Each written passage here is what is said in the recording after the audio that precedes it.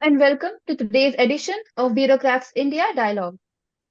I am Vigya Divedi, and for this Sunday special episode, I am joined by my colleague Divyansh Upadhyay.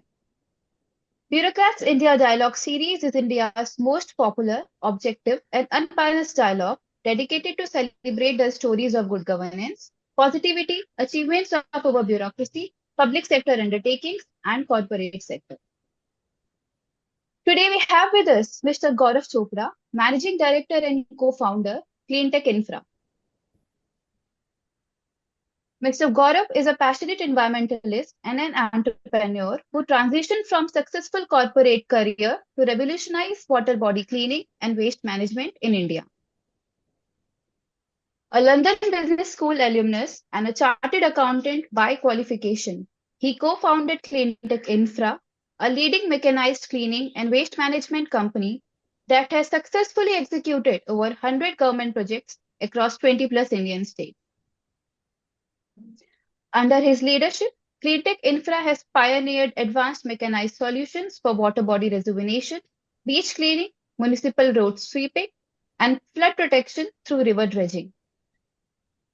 His firm recently partnered with the Uttar Pradesh government to expand the Sangam area for Mahakumbh 2025, merging three Ganga streams and reclaiming dredged material to create 26 hectares of additional land for devotees.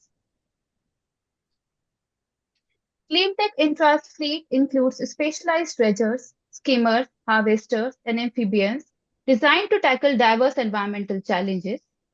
The company's trash skimmers at the Sangam work continuously 24/7 to remove floating waste, preventing pollution in one of India's most revered rivers. With a focus on sustainable and technology-driven solutions, Cleantech Infra continues to set benchmarks in large-scale water body restoration and mechanized cleaning across the country. We welcome you, sir. We look forward to have your insight. Thank you so much, Vigya, for those kind words. And thank you for the opportunity to come and participate in your forum and share our experiences. Thank you, sir. It's a Be- privilege for us to have you Vigya, here. before we go into the dialogue, I want to thank also the government of Uttar Pradesh, the municipal corporation of Prayagraj, and also the Mela Pradhikaran at Prayagraj, who have taken this foresighted initiative and who have allowed us the opportunity to have, been associated with them. So I also want to thank them. And I thank Mr. Gaurav Chopra, MD and co-founder of Cleantec Infra, for joining us today for this very, very special uh, webinar today. I'll hand it over to Vigya. Thank you so much. Yes, thank you, Divyansh. Absolutely. It's indeed a special episode this Sunday. So, sir, we'll start with the question without wasting time. So, Cleantech Infra has played a crucial role in expanding the Sangam area for Mahakumbh 2025. Can you walk us through the process of merging the three Ganga streams and creating 26 hectares of additional land? How has been the process, sir? Yeah, so when we got started in the month of October, Ganga was actually flowing through in three different streams, and there was a huge island and a sandbank in the center.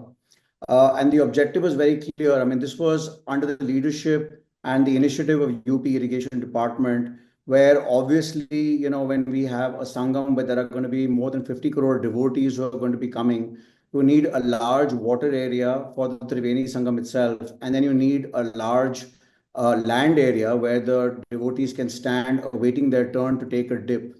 But when we started in October 2025, just after the monsoons had finished, at that time there were these three divergent streams, and there was a huge island and a huge sandbank in the center. Just to give you a sense, I mean, the river was about 300 meters wide, and there was one stream which was flowing 70 meters towards the left bank and about right bank, and in the center was this huge island. So the objective was very clear: use river dredging, and I mean, this is something that we do all over the country. We do a lot of it in Uttar Pradesh, where we use corrective river dredging to channelize the water away from flood-prone areas. I'll talk about that in detail later on. So by using that experience from the past, the objective was to dredge out the island, to merge those three different streams into one main stream so that there could be proper flow of water, and there could be a much larger, expansive Sangam area. And all of that sand that was dredged out, which was somewhere to the region of around about 8 to 10 lakh cubic meters, was then reclaimed and added as beach area, if you will, for lack of a better word, where people could stand, as I said, awaiting their turn to take a dip. So there was 26 hectares that was added at Sangam nose itself, which is the tip where the two rivers meet. And there were many, many, many hectares, almost about a kilometer and a half long and about 200, 300 meters wide, on the Ganga on the Jhusi side, which was also added, where, lakhs of devotees could stand, and they could, make arrangements to go into the water for a dip. There were also changing areas that the government then installed over there. So this was really the expanse of the project, and full credit to UP Irrigation Department, the Mela Pradhikaran, the district administration for thinking this through in advance, and planning this initiative. With the modern technology, we had four dredgers working there at a point in time for about 85 days, like I said, from mid-October till early January. And this work was being carried on a 24/7 basis. There was a time when, there was the flow was almost a trickle, and then there was a time when suddenly there was a deluge. And we went to the other extreme where then we had to handle the equipment and manage it in that deluge of water. So it was a very challenging project, but also at the same time a very fun project. And we feel really privileged that we had this opportunity to be part of such a such an auspicious and such a grand thing in the Indian and the global context. Right, sir. Sir, also dredging is often associated with commercial projects and industrial projects. So how we have adapted this technology for this public welfare project like Mahakumbh? See, dredging can have many, many different uses. So it all depends on what is the application. For example, over here, we are channelizing the river water, and we are trying to do land reclamation and beach nourishment, so that that area can be used for the greater public good. What I was alluding to earlier, which is river channelization for flood protection, again, that is something that we do through corrective dredging, where a river meanders away from its original course. And then what happens is that it starts to breach the embankment. And there may be 50, 60, 80, 100 villages which are completely washed away. And there's huge amounts of loss of life and property. So what we do, and we've done this since 2016 with the UP government, is corrective dredging, where we will then dredge, create a new channel for the water to pass, and if you will, in simplistic terms, try to straighten the river and move it away from the flood prone areas. So that is another form that dredging can take. Third area where you might be able to use dredging is to increase the water holding capacity. So for example, we're doing a project in Rajasthan where there is a huge reservoir called Bisalpur, and about a third of the water of the Jaipur city comes from there. And it's gotten silted up over the years. And as we remove the silt, we increase the ability for it to be able to hold more water for future generations. So that's another application. A third application is, for example, where you do dredging from the point of view of creating navigable waterways. So, hundreds of years back, the waterways were used for transportation of people as well as commodities. And now the government is making a huge push towards making the waterways navigable again, so that there's lesser pressure on roads, and it's also more environmentally friendly. It's also a lot cheaper in terms of a cost per kilometer. So what we are doing, for example, in Tripura is where we are building a channel in the middle of the river, which may be like around about 30 meters wide, and it would be about 3 meters deep, such that vessels can carry cargo and can carry passenger traffic up and down the waterway. So that's another application of dredging. A fourth, which we just did recently in Delhi, was where at Najafgarh drain, we removed the sludge and the sediment that was impeding the flow of the drain. So that water then starts to stagnate, it starts to smell, there are mosquito-borne diseases. So you need to dredge and you need to remove all the sludge and the sediment. So dredging can have many applications, and I think what is important is, you go into a project, you understand the objective, what is it that we're trying to achieve. You work backwards from that, and you figure out, okay, what is the right tool for the job, and then you deploy it in a holistic manner. So, sir, one is stretching, and another technology that we are using at Sangam is trash skimmers, the technology of trash skimmers, and from the conventional waste removing systems that we are using. And how has been the impact so far?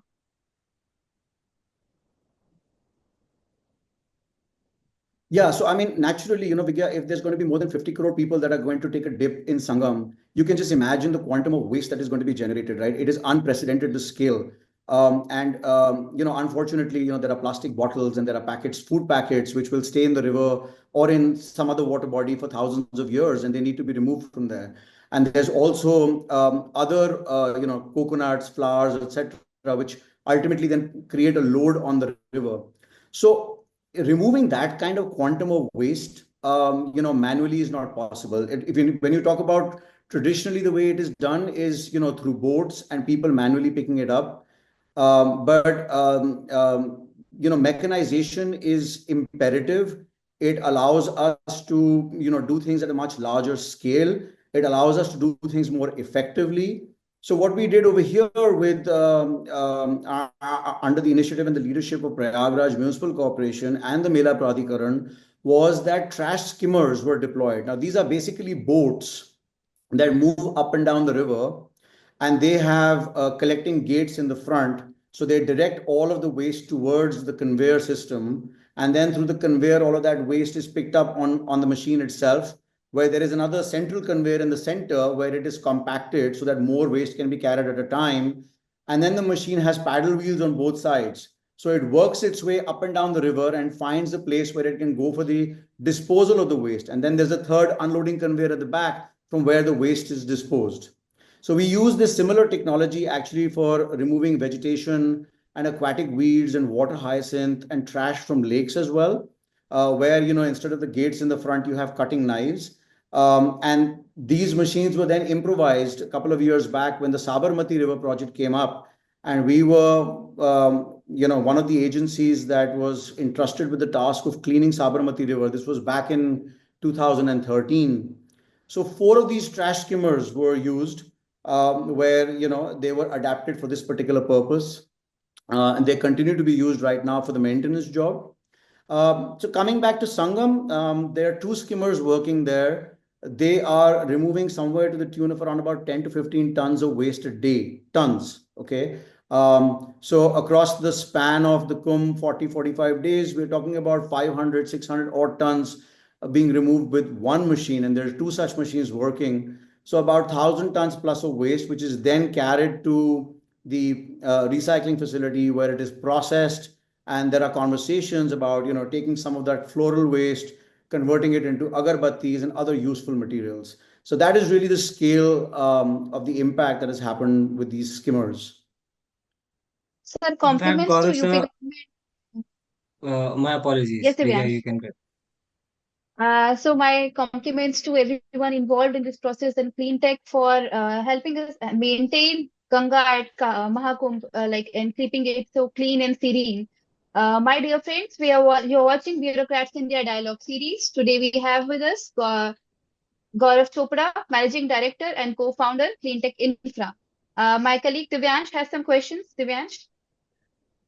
Yeah, more than a question, what I have is because I had a very interesting conversation with Mr. Chopra, and what I got to know is that we are while we are assisting the government and while we are helping the administration to clean the rivers, we are also in some way trying to maintain the water ecosystem.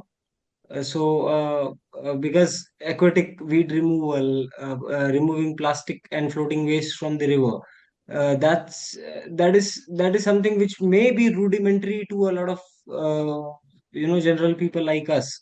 But if you are really into water management and you see water, then you realize that these things impact the ecosystem of the river, of the lake, and everything.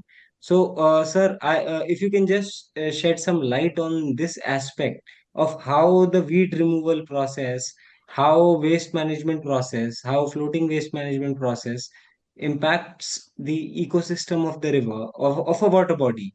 Uh, Right. Yeah.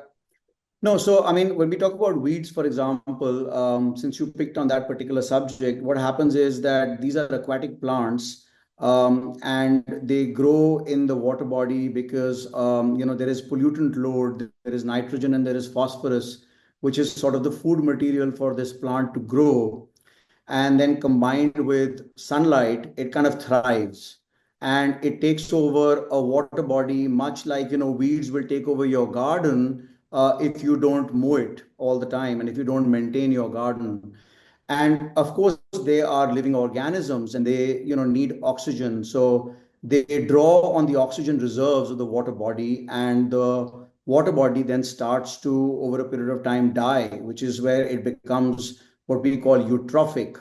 And there is algal growth, the green algae that you see that starts to develop. That's when a water body has started to become eutrophic. So it is very important that just like you mow your garden with a lawnmower, you need to be able to maintain your lakes. You need to be able to remove the aquatic vegetation so that you create a harmony in the entire aquatic ecosystem. Like a little bit of weed is good for the water body, but too much of it, where it engulfs the entire water body and it doesn't allow the fish to breathe, and then the water body starts to smell, that creates disharmony in the entire aquatic ecosystem.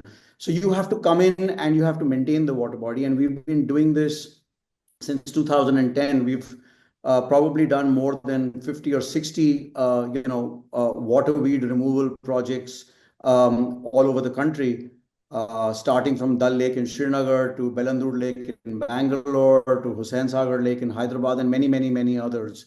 So that is an example of how you need to maintain harmony in the aquatic ecosystem through some technological interventions, uh, doing it in a holistic manner.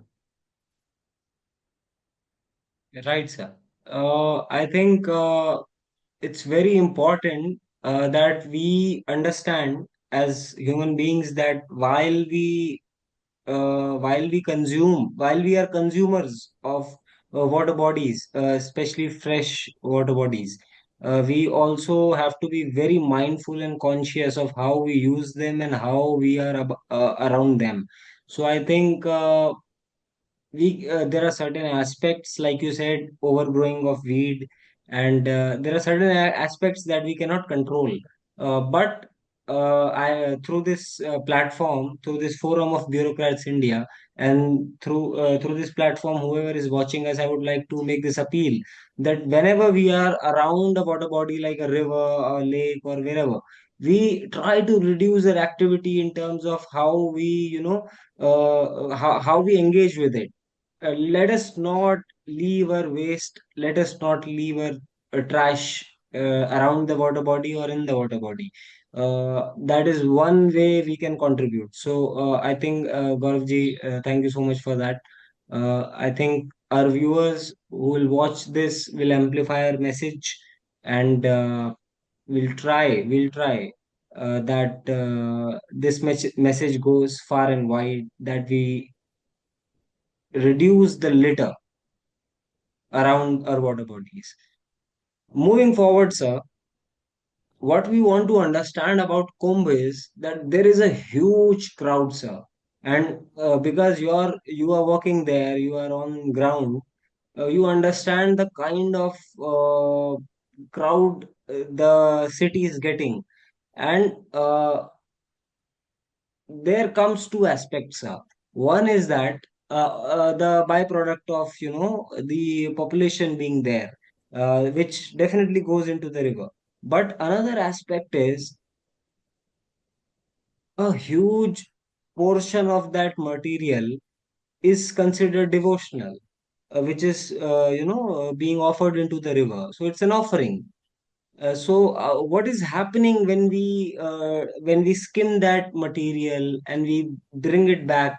What is happening in that respect, sir? We would like to understand it from you.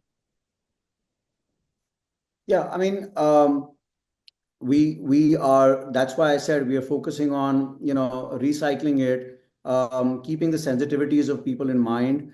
The floral materials, when they are made into agarbattis and things like that, and they are recycled and put back into the system, then you try and create a circular economy out of it. It doesn't go just as waste into the landfill site, into the dumping yard. If you are able to put it back into use into society in a meaningful way, then I think that there cannot be a better offering than that. Even Maha Ganga will appreciate it if rather than the waste, rather than the offerings, rather, being in the water body for years, thousands and thousands of years together, if we take them out, if we recycle them, and they we in a meaningful way are able to put it back into good use for society, I think that's the best service that we can do with our offerings. Particularly, I want to reiterate, the biodegradable material is still all right, but things like plastics, the plastic from the river will ultimately find its way into the oceans. And you must have all heard about ocean cleanup projects and, huge plastic patches in the middle of the Pacific. And this waste does not go away. It just stays and it just keeps circulating from one place to the other. So if we are able to remove the plastic and those bottles we're able to recycle them, I think we will, do society a great service. But of course, I second what you said. I think we have a moral responsibility that as citizens, we should not pollute. We cannot put everything squarely on the shoulders of the government. They are doing their bit. They are trying to create holistic plans. They're trying to bring in latest technology. They're trying to, monitor the implementation. But we have our own responsibility and our own role to play by not polluting the water bodies to begin with. So I think that awareness and that respect that we must give our water bodies is something that has to come from within. Absolutely. And friends who are, all of you who are watching this very special Bureaucrats India dialogue with Mr. Gaurav Chopra, I would like to give out this clarion call that wherever you are, whenever you are in nature, be it a water body, even if it's not a water body, if you are in a forest, at a hill, you're going on a trek or somewhere, try to reduce your waste. And if you have waste, bring it back, and do not let us stop polluting natural resources. So I think this is a very important message that we are trying to give from this very special episode of Bureaucrats India. So moving on, one thing that I want to understand from you is when we are executing from Cleantech's perspective, from Cleantech Infra's perspective, when we are executing a project which is at such a large scale, what are the kind of challenges that there are, and how do we, sort of navigate around those? Because Kumbh is seeing such a large scale influx from the entire populace of India. Also, there must be a lot of administrative guidances. So how does such a large scale project uh, culminates with the with the guidance and with the confluence of both the public sector and the private sector? How does this happen, sir? That's a very good question. I mean, I think the short answer to that is meticulous planning and a lot of hard work. And for that, we must give credit where it's due to the Mela Pradhikaran, to the district administration, to the municipal corporation, the UP irrigation department, the chief minister's office of Uttar Pradesh, even the prime minister's office. The prime minister visited to make sure that the arrangements were adequate. The chief minister visited multiple times. So, I mean, the planning of this has been going on for a very long time. And I think that is key. Challenges will inevitably come up. For example, when we were doing the dredging project, like I said, initially there wasn't enough flow in the water. And there was a moment when we wondered how we would keep our dredgers afloat. So, we had to work our way wherever depth was available down the river. And then there came a time when we had dredged out the entire island, and then there was a deluge of water. And Gangaji was in full spate at that time. I mean, and we're talking about November, December. And it was hard to even hold the dredgers and the pipelines. So we had to actually take the dredge pipelines and we had to place them on top of the pontoon bridges and use those pontoon bridges as support. And we had to anchor the dredgers also suitably so that they could stay in position and do the work that was required. And full credit to our team. In the middle of the night, there are times when the pipelines would come apart because of the flow, and people would jump into the water, and then they would join up the pipelines again together. It was not easy, but full credit to our team that they shouldered it bravely and they did a wonderful job. And also, like I said, the administration and the entire government machinery that was directing us and other contractors on the ground, full credit for their leadership, their initiative, and their meticulous planning and their hard work. Sir, I'll like to take the liberty and just help my audience or the audience of Bureaucrats India visualize what it means when we say dredging. So, while you have given us the technical details, I'd like to simplify the process a bit. So, what we are doing is that we are, the sediment that has built on top of the riverbed and has become an island. We are trying to mix it with the water and we are trying to float it out through pipelines and convert it into riverbanks and converging the flow of three streams of Ganga at Prayagraj. That is what has happened, our dear audience. And it's a massive scale and it's a massive project.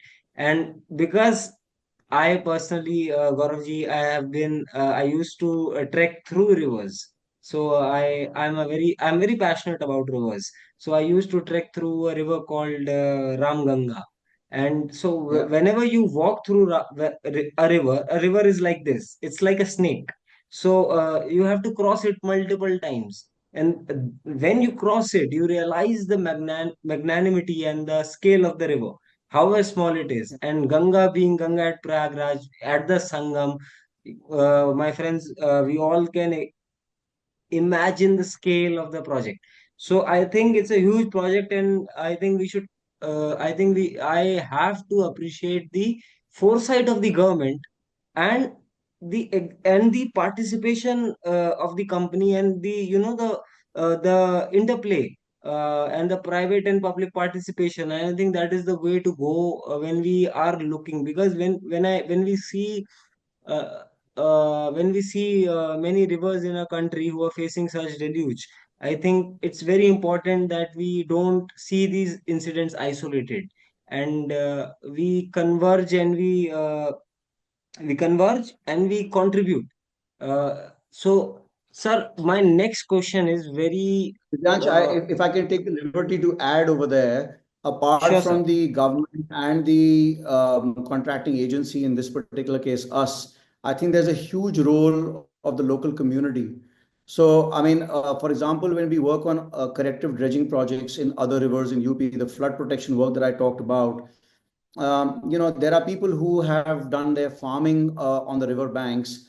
That is actually area that is part of the floodplain. It belongs to the government. It is what they call the Doop Kshetra. But people have done farming there, and sometimes they take objection to the fact that okay, if you do dredging over here, some of our farms might be destroyed. So the government has to step in. They have to engage with the community. They have to tell them what is the larger good.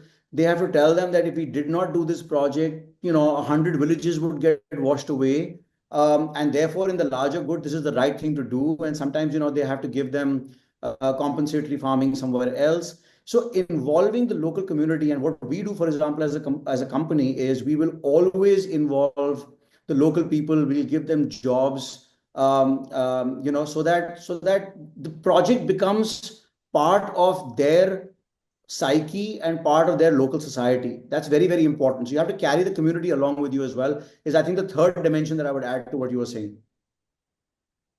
Absolutely, sir. Also, sir, if you can just elaborate in terms of because we all understand the scale of Kumbh. So if you can just elaborate on the kind of activity that went in terms of the nose job, the biggest nose job that we are calling it. Also, the kind of activity that is happening day to day in terms of trash skimming. I would like you to tell us that, sir. Yeah, as far as the nose job is concerned, like I said earlier, the circulatory area where people are waiting to take a dip into Triveni Sangam, that area was not large enough to accommodate the size of the gathering that we have right now. So we had to effectively dredge Ganga sand, and we had to add to the Triveni nose, the Sangam nose itself, so that the area was expanded by something to the tune of around about 26 hectares, and about 2.5 to 3 lakh additional devotees could stand at any given point in time. So it was really an expansion of Sangam nose that was attempted. And as far as the trash skimmers are concerned, like I said before, there are two skimmers that are working. They're working round the clock, and they're operating primarily from in the Arail and the Naini Ghat area, because that is where, and of course Sangam knows itself, where there is a maximum amount of floating waste. And these are removing somewhere to the tune of around about 10 to 15 tons. In fact, on Moni Amavasya on 29th of January, I think that was the date. I think that the figure that I got was close to 45 tons was removed on just that one day.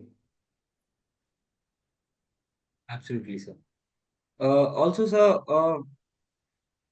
while we understand the kind of scale that the authorities and the agencies are working at the Mahakumbh, we also see that there is a lot of requirement, and not just requirement, it's a demand in terms of when we see at other rivers and water bodies. If you see, Yamuna is coming up, and Yamuna is a hot topic right now. Apart from that, if you see Kaveri, Kaveri had a huge project recently. So how is Clean Tech looking at these kind of water body projects? Yeah, I mean, we have been offering our services for the last 15 years, and we've, like I said, done more than 100 projects. And let me tell you that no two projects are alike. So, you go into a project, you see what is the situation in front of you, and you work backwards from that. What are your objectives in terms of your water body cleaning needs? Then you plan out what is the time frame that you have available. What are the different kinds of tools, machineries, and other tools that you need to deploy to, holistically clean the water body. And then you start to deploy it, and of course, you monitor the progress. For Yamuna specifically, I mean, I think the government of the day now has already come out with a four-pronged strategy, which I think is quite sound. So in terms of the cleaning of the river itself, there are skimmer machines from our company that are with the irrigation department of Delhi, that are already working between ITO and this ITO Kashmiri Gate area. And there are also other machines which are being used for the cleaning of Najafgarh drain, because Yamuna River is polluted in large part because of the drains. There are like some 25 odd drains which let out all of their waste into Yamuna. And the drains in turn get their waste from smaller drains. This is domestic sewage. This is sewage coming from houses that don't have underground sewer connections. So all of that sewage flows through the drainage system and finds its way into the river. There are also polluting industries, and these are small and medium-sized industries where there are chemicals and heavy metals that are going into the drains and again finding their way into the river. So what we are doing is, we've got trash skimmers working to remove the floating waste. We, as I told you just now, did a project last year of dredging in Najafgarh drain where we removed 3.5 lakh cubic meters of sludge and sediment from one stretch of Najafgarh drain. So that takes away a lot of the pollutant load. Then over and above that, I think that is what is required is decentralized water treatment plants, because the heavy metal, the fecal matter, and the coliform that is there in the water, that needs to go through a water treatment process. And some of the conventional water treatment plants, which are very large, the trouble is that you have to take all of the wastewater to the plant. Whereas the advantage with the decentralized wastewater treatment system is that these are smaller modular units. And if you are able to identify what are the major pollution sources, what are the inlet points of pollution into the drain, you can put these at many smaller points and you can actually treat the water. So we as a company are having many conversations on water body cleaning all over the country. We are trying to understand what are the cleaning needs, trying to find out what is the right tool for the job, and becoming long-term partners with the government. Our model is not about selling a machine. Incidentally, we don't always sell machines. We have our own fleet of equipment, and many times we'll do a turnkey cleaning project with our own rental fleet. But our model is we want to be long-term partners with the government. We want to work shoulder to shoulder with them. We have 350 people at project sites all over the country. And these are people who are actually manning these machines and are actually delivering the solution on the ground. So we want to be true long-term partners to our government clients, and we want to see the light at the end of the day with them. Absolutely, sir. Thank you so much. My friends, we are watching Bureaucrats India Dialogues. My colleague Vigya will be taking over from here. Divyansh. Thank you, Gaurav sir, for all the insights that you have shared. Now, I have some questions for you. Like, you had a corporate career and then you founded this clean tech. So, how has been the experience, and what motivated this shift, and how have been the learnings throughout this journey? Well, I was a management consultant for the better part of my life. So with PwC and Accenture in India, and then I went overseas for my MBA, and I continued in corporate strategy and M&A. So did a lot of work with large corporates and Fortune 500 companies. It was really good work, but there was always this nagging feeling that one is not being able to see the fruits of one's labor. I wanted to do something which was very grounds up, where one could actually make an impact and one could get a sense of fulfillment from seeing the results being delivered on the ground. And I think that was a big driver, to get into something like this. I was fortunate that my relatives, my uncles, they were already into the mechanized cleaning space. We were they were both captains from the merchant navy, so we understood water, we understood machinery, how to operate it, how to maintain it, in order to be able to give a waste management solution. So we, at that point in time in 2010, decided to put our skills together and started Cleantech. And we were lucky that there was a contract for the cleaning of Dal Lake in Srinagar that came up at about the same time. And like I said, we understood machinery, we understood water, we had the right set of skills in place. And we decided that we will get the best in class technology available from anywhere in the world. So, we scouted for technology. We did so much research. We traveled and we found out, different kinds of solutions that are used for water body cleaning in USA and Europe. We partnered with leading OEMs. Initially, we brought in their technology. We developed a proof of concept, to a couple of government clients. And as it then caught on, and as more and more people said that, yeah, we too need this, then we started manufacturing these machines in India. So today we have two factories in Mumbai, and we are totally make in India company. We manufacture locally and we deliver long-term solutions along with operation and maintenance to our clients. So it's really been a fulfilling journey because, like I said, you get to see the scale of the change that you're making. You get to work at the grassroots level. You understand what the real India is about. You work with bureaucrats and engineers who are so smart. One thinks when one is not part of the system and you are miles away, you sometimes think about the apathy of the system and you complain, अरे कुछ नहीं हो रहा है, कुछ कभी नहीं होगा, हिंदुस्तान तो ऐसा ही है, etc., etc. But when you actually get down into it and you work with these people, they are really smart bureaucrats, city administrators, engineers. The scale of the problems that they're trying to solve for are huge, and they have a very good sense of what is actually going to work and what is not going to work. So it's a huge learning. That's wonderful, sir. Also, your academic journey spans London Business School, and you are a chartered accountant as well. So, how has been that experience shaped your approach towards problem solving?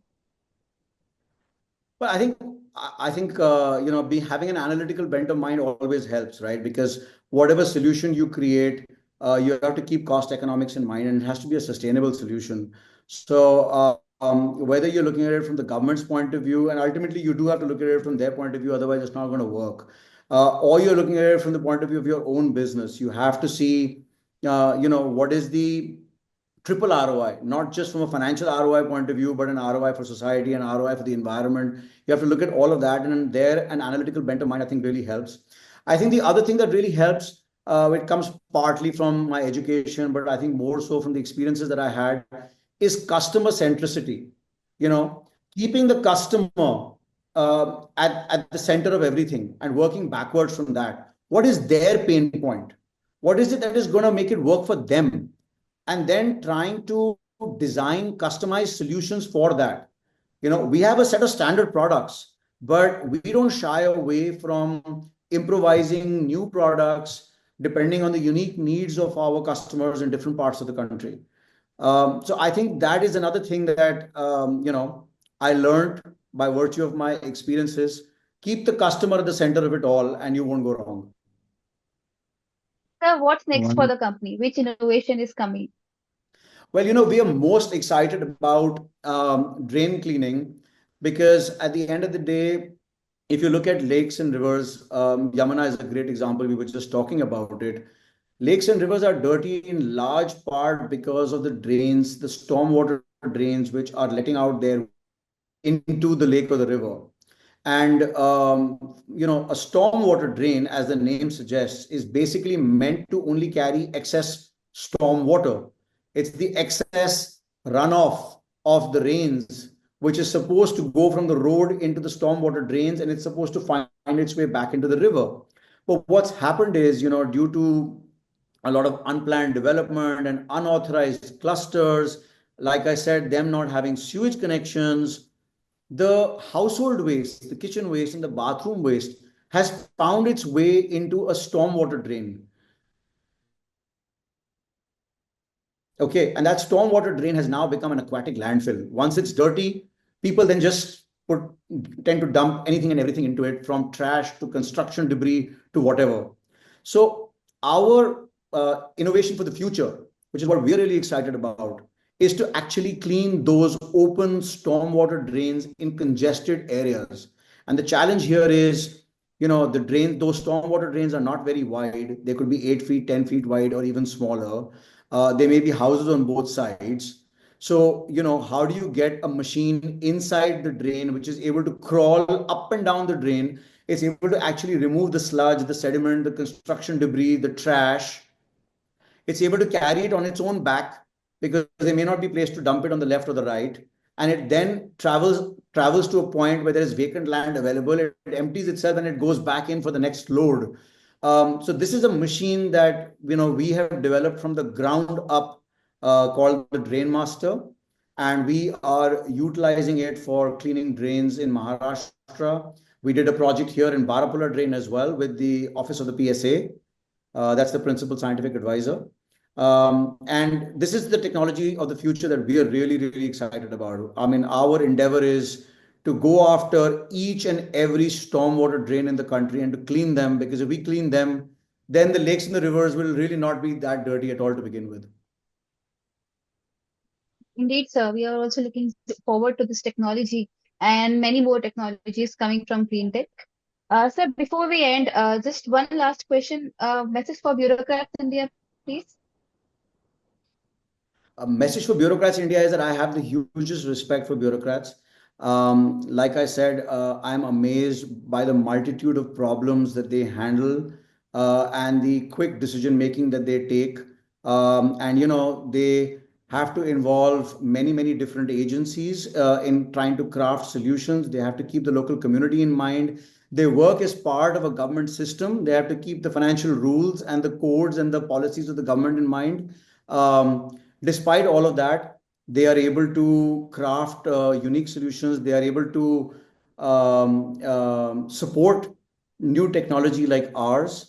And that's the only reason why we've been able to do 100 projects, because we've probably got 100 plus bureaucrats who've supported us in this endeavor, who've seen how, what good this could do. So the hugest respect, and I think that, wherever there is an opportunity for us to partner with the government to create an impact, we would feel privileged to be called in for such opportunities. Right. Thank you, sir. So, Thank you so much for your kind words, sir.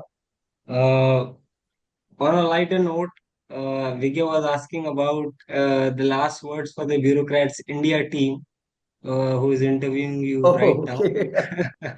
Okay, no.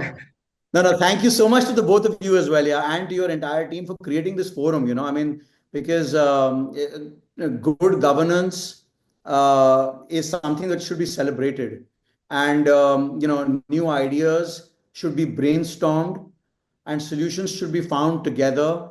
And if you create a forum like this where people can have a conversation, having a discussion and brainstorming and sharing success stories between one bureaucrat and another. I mean, I think half the battle is won right there. So I congratulate you guys for having created this forum and for holding webinars like this. Thank you so thank you much, so sir. much, sir. Your words are kind. In fact, your comment and your comment about, in fact, the bureaucracy itself, that is our entire agenda, that we want to celebrate good governance, sir, and the kind of good That's right. work And that all is the good work happening, being done, especially in the Sawa So crore population, the kind of management that is happening.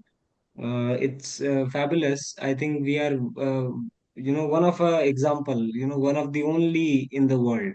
So I think that is what which drives us. And thank you so much for sharing such kind words about it. While closing this particular interview with you, Mr. Gaurav Chopra, I think I